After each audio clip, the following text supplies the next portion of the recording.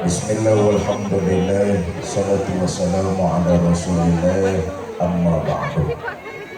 Yang mulia para ulama, para kiai, para asatiz dan asatizah, yang saya hormati para tokoh masyarakat, panitia peringatan Maulid serta DKM Musola Madarijul Quran, ibu bapak, saudara-saudara kaum muslimin yang saya cintai.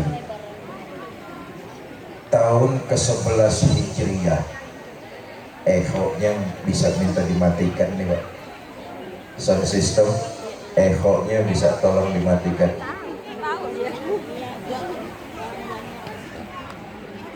Tahun ke-11 Hijriah, Rasulullah Shallallahu Alaihi Wasallam melaksanakan ibadah haji yang dalam sejarah dikenal dengan peristiwa Haji Wada.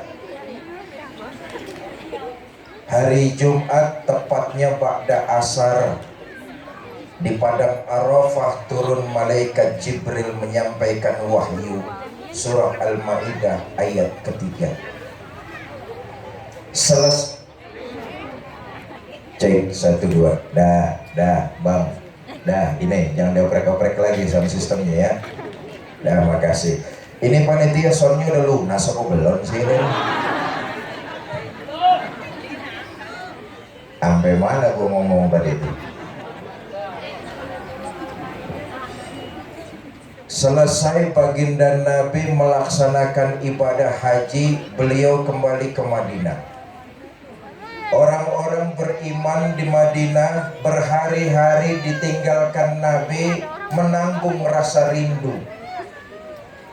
Ribuan orang berkumpul nyambut kedatangan baginda Nabi besar Muhammad Sallallahu Alaihi Wasallam.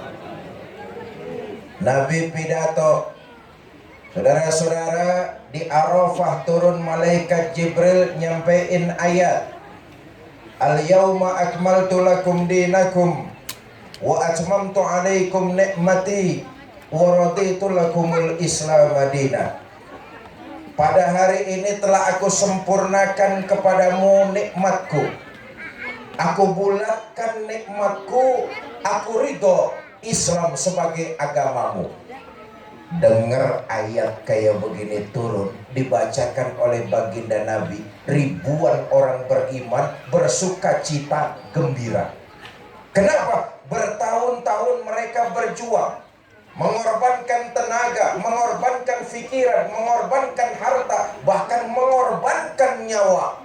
Pengorbanan mereka beruang dengan Allah ridho ajaran agama Islam. Gembira, bersuka cita. Seluruh orang beriman yang ada di kota Madinah larut dalam kegembiraan. Ada satu orang dengar ayat begini turun, bukan seneng malah sedih. Enggak kuat nahan sedih, nih orang buru-buru pulang. Di rumah nangisnya malah menjadi-jadi. Sahabat ini Sayyidina Abu Bakar As-Siddiq radhiyallahu anhu. Ada beberapa sahabat datang ngelongok. Ngelongokin, tahu ngelongokin? Ya ngomong-ngomong turun Betawi, pakai bahasa Betawi aja dah. Ada beberapa sahabat datang nengokin Sayyidina Abu Bakar, di antaranya Sayyidina Ali bin Abi Thalib karamallahu wajhah. Abu Bakar, kenapa Anda sedih? Bukankah kita orang-orang beriman hari ini sedang bahagia? Allah telah menyempurnakan nikmatnya, Allah telah menyempurnakan agamanya, dan Allah ridho agama Islam jadi agama kita. Semua orang di Madinah pada girang, tapi kenapa Anda kelihatannya sedih? Jawab Abu Bakar, saudara-saudara, ketahuilah, kalau satu nikmat telah disempurnakan, maka akan tampaklah kekurangan-kekurangan yang lainnya. Kalau Islam telah disempurnakan oleh Allah, itu berarti tugas kerasulan Muhammad kekasih saya sudah dianggap selesai. Dan sebentar lagi Muhammad akan meninggalkan kita untuk selama-lamanya. Itu yang bikin saya sedih. Saya nggak sanggup membayangkan hari-hari saya ke depan berjalan tanpa kekasih saya Muhammad Sallallahu Alaihi Wasallam. Itu yang membuat saya sedih. Dengar penuturan Abu Bakar, katanya Nabi Muhammad akan wafat. Sahabat-sahabat yang pada datang ke rumah Abu Bakar nangis bareng, nangis berjamaah. Datang utusan lapor sama baginda Nabi, ya Rasulullah, orang-orang pada nangis di rumah Abu Bakar. Emang apa? Au. Tuan datang dah, liatin entaran. Nabi datang ke rumah Sayyidina Abu Bakar. Sahabat yang lagi pada nangis di dalam rumah lihat Nabi berdiri di depan pintu, tertunduk wajahnya, nangisnya langsung berhenti. Mereka gak sanggup memandang kekasihnya. Kenapa? Sebentar lagi kekasihnya akan meninggalkan mereka untuk selama-lamanya. Tertunduk wajahnya, lagi nangis, diem. Ada yang diemnya sambil sesegukan, ada yang ingusnya pada bleber. Ya namanya lagi nangis. Kata Nabi, para sahabatku, kenapa kalian sedih? Sayyidina Ali mengatakan, ya Rasulullah, Abu Bakar barusan ngomong, kalau sesuatu telah disempurnakan, maka akan tampaklah kekurangan-kekurangan yang lainnya. Kalau Islam telah disempurnakan oleh Allah, itu artinya tugas kerasulan Tuhan sudah dianggap selesai. Benar nggak? Tuhan sebentar lagi akan meninggalkan kami untuk selama-lamanya. Para sahabat, apa yang dikatakan Abu Bakar benar. Tugas saya sebagai Rasul sudah dianggap selesai. Dan sebentar lagi saya akan berjumpa dengan kekasih saya, Allah Subhanahu wa Ta'ala.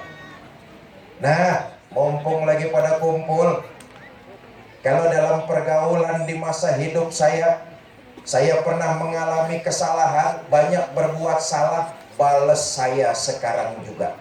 Sebab pembalasan di akhirat jauh lebih dahsyat dan saya tidak sanggup menanggungnya. Kalau saya pernah punya salah, balas saya sekarang juga. Orang digituin sama Nabi. Ya anaknya aus kali bu.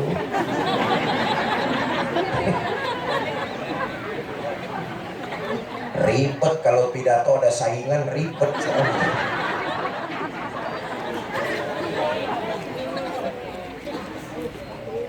Barang siapa yang pernah saya lukai tanpa disengaja maupun sengaja, balas saya sekarang juga. Karena pembalasan di akhirat jauh lebih dahsyat dan saya tidak sanggup menanggungnya. Sahabat digituin sama Nabi makin pada diem. Sunyi, senyap, nggak ada yang ngomong.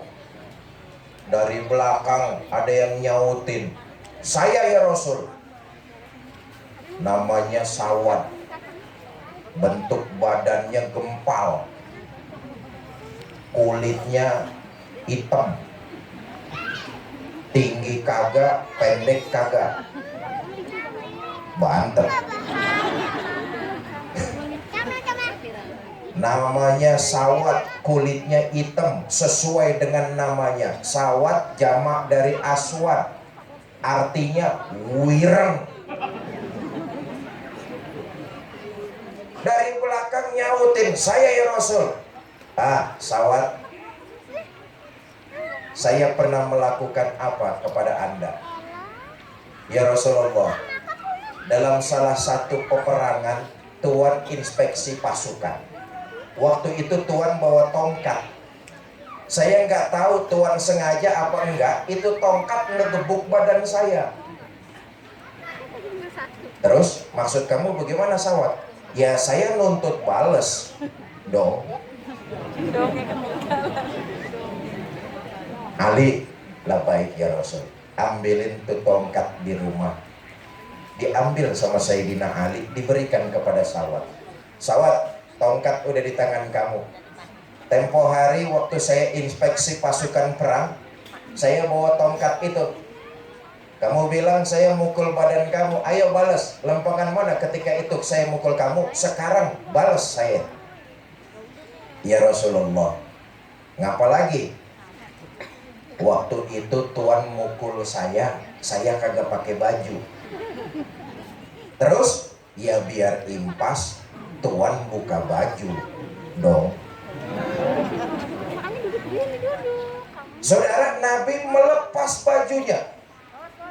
Tampak kulit putih badan baginda kita Nabi besar Muhammad Sallallahu Alaihi Wasallam, abyad putih bersinar. Sawat, sekarang saya udah buka baju nih. Ayo buruan, tuh tongkat udah ada di tangan kamu. Gebuk saya sebagaimana saya dulu gebuk kamu. Lempengan itu kamu balas. Apa yang terjadi, saudara-saudara? Tongkat yang ada di genggaman Sawat buru-buru dibuang. Sawat lari lalu merangkul tubuh baginda kita Nabi besar Muhammad Sallallahu Alaihi Wasallam. Seraya berkata, ya Rasulullah, maafkan saya. Saya sengaja berbuat kayak begini nih. Kalau nanti di akhirat nggak bakalan kulit saya yang hina bersentuhan dengan kulit Tuhan yang mulia. Mumpung masih hidup di alam dunia, izinkan kulit saya yang hina bersentuhan dengan kulit Tuhan yang mulia. Nabi senyum, beliau berkata, saudara-saudara, kalau pengen tahu salah satu ciri penghuni sorga, Sawat ini orangnya. Cintanya kepada Allah, cintanya kepada Rasulnya, melebihi cintanya kepada segala-galanya. Malam ini kita buktikan. Mudah-mudahan kehadiran kita di sini dicatat sebagai sebuah bukti cinta kita kepada baginda Nabi besar Muhammad Sallallahu Alaihi Wasallam. Hadirnya kita di pengajian musola ini niatnya karena Allah dan cinta kepada baginda Nabi. Betul apa enggak? Bu, saya tanya nih, ibu-ibu hadir ngaji di sini di musola, niatnya cinta kepada baginda Nabi apa cuma mau lihat Haji Fikri? Dua-duanya. Maruk loh. Saya mohon maaf hadir rada terlalu malam, karena tadi 8:30 dijadwalkan ngisi pengajian di Pondok Labu. Selesai jam 10 kurang langsung ke sini. Jalanan juga rada macet. Apalagi kita tahu sekarang ini alat transportasi masyarakat lebih memilih motor ketimbang mobil karena efisien waktu dan kecepatan sampainya. Kebetulan tadi di jalanan kendaraan bermotor itu, terutama sepeda motor, rada rapet. Apalagi kalau yang naik motornya agak egek ngerti agak egek, bikin kagok yang ada di belakangnya, sehingga saya hadir terlalu malam. Saya mohon maaf, tapi saya bangga. Tadi disampaikan sama panitia, bisik-bisik di dalam musola, Ustadz, alhamdulillah animo warga Kampung Curug ini ya? Hah? Warga Kampung Curug mah kalau pengajian semangatnya luar biasa. Saya buktikan, alhamdulillah ini pada datang dari abis Isya sampai jam 11 lewat, kagak ada yang kelihatannya gerasak gerusuk, kekasak kekeseng sama kekejek. Duduk di pengajian masih tetap bersemangat, apalagi kaum ibunya, Masya Allah, nggak kelihatan di muka itu wajah capek. Kelihatan masih seger-seger wajahnya. Saya yakin pada pakai bedaknya macam-macam. Ada yang pakai bedak Maybelline, Revlon, Pipa, Paralon.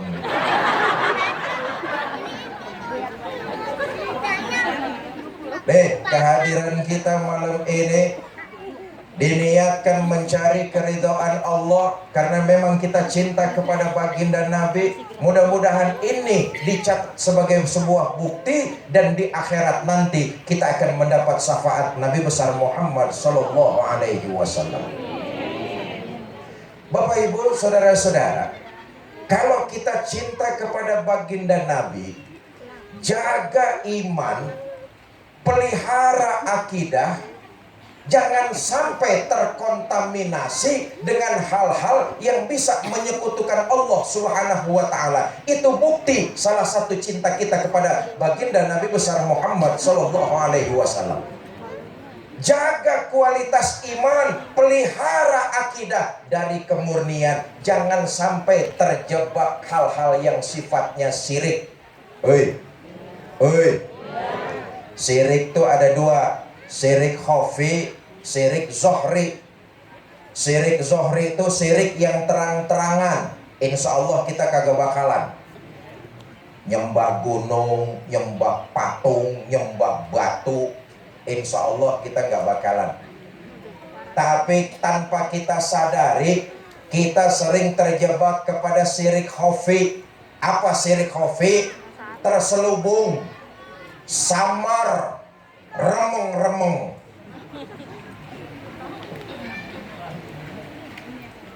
Gua habis beli burung, rezeki gua lancar. Awas, jangan gara-gara hobi menyebabkan kita terjebak jadi syirik khafi.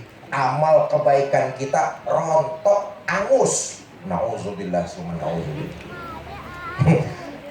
Gua habis pakai cincin ini nih, jangankan perawan ngeliatin, nenek-nenek pada lemes kalau ngeliatin. Nah, nenek-nenek expired buat apa?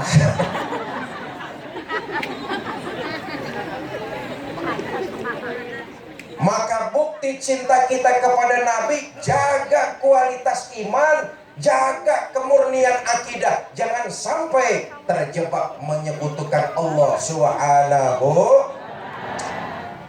Nabi itu 13 tahun di Mekah menanamkan iman, mengajarkan tauhid, memantapkan akidah.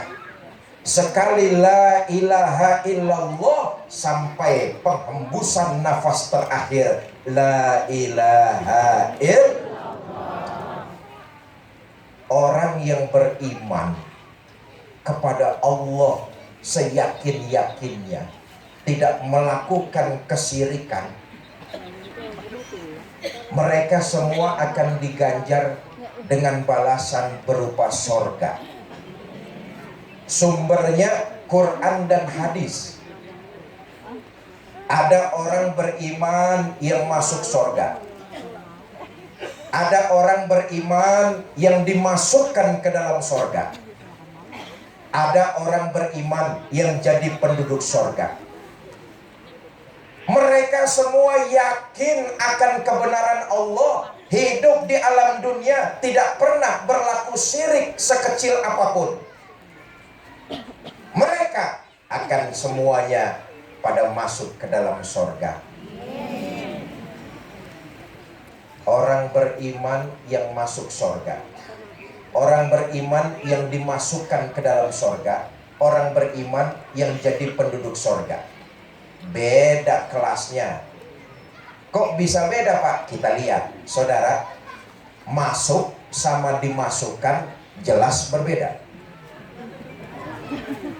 Entar nih pulang pengajian dari musola, ibu bapak kembali ke rumah masing-masing.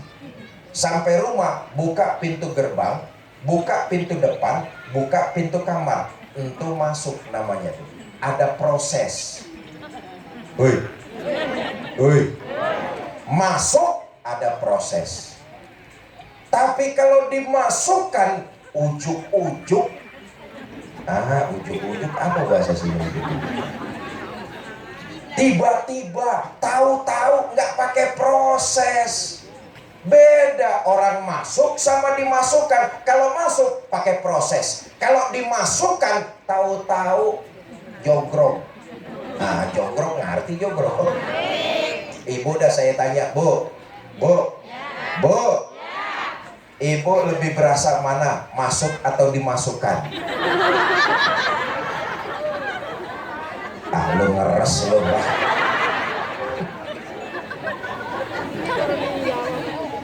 Pertama, orang beriman yang masuk surga jangan terjebak syirik, baik yang zohri ataupun yang khafi. Orang beriman yang masuk surga, nih pertama nih, tiketnya murah.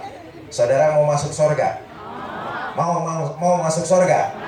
Kata Nabi begini, ma min abdin qala la ilaha illallah thumma mata ala zalik illa dakhalal jannah.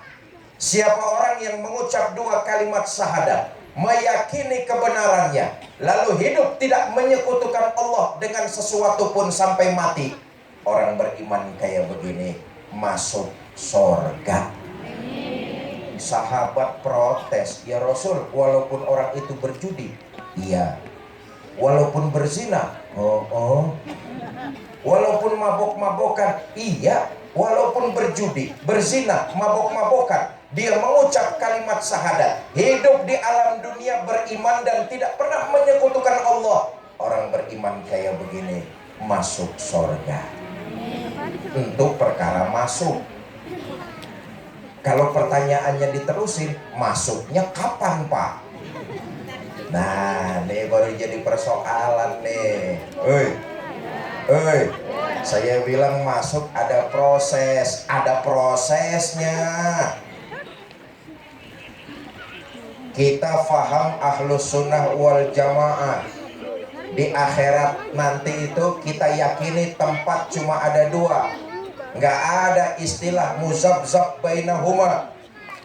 Di akhirat tempat cuma ada dua, ada sorga, ada neraka. Mau ke sorga tapi mampir dulu, ya jelas tempatnya neraka. Diceritakan nanti itu ketika penghuni neraka sudah dimasukkan semua ke dalam neraka, Allah panggil malaikat Malik. Malik!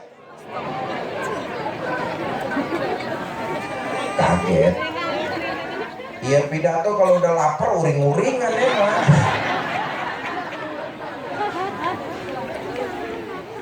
Malik, labaik ya Allah. Penghuni neraka udah pada masuk semua? Udah ya Allah. Ah bagus. Kalau gitu Malik, sekarang ente masuk ke neraka. Saya ya Allah. Iya.